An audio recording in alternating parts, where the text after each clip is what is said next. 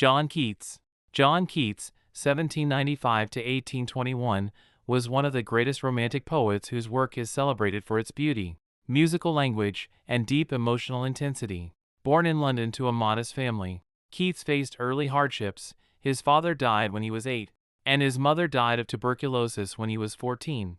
Raised by a strict guardian and troubled by financial instability, Keats first trained as a surgeon.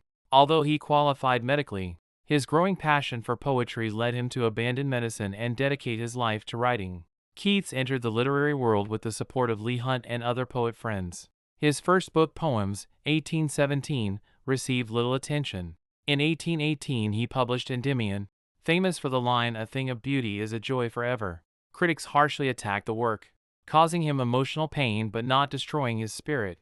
Around the same time, Keats cared for his dying brother Tom, an experience that deepened his sense of human suffering and mortality. Despite personal loss, 1819 became his miracle year, during which he produced nearly all his masterpieces: Ode to a Nightingale, Ode on a Grecian Urn, To Autumn, Ode on Melancholy, La Belle Dame sans Merci, The Eve of St. Agnes, and part of Hyperion. These works explored beauty, nature, imagination, art, transience, and the tension between joy and sorrow. His philosophy of negative capability, the ability to accept uncertainty without seeking clear answers, became central to understanding his poetry. Keats fell deeply in love with Fanny Brawne, but poverty and illness kept them from marrying.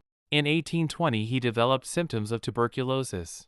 Hoping for recovery, he traveled to Italy with his friend Joseph Severn. His health rapidly declined, and Keats died in Rome on February 23, 1821, at the age of 25. He asked that his tombstone bear the words, "Here lies one whose name was writ in water."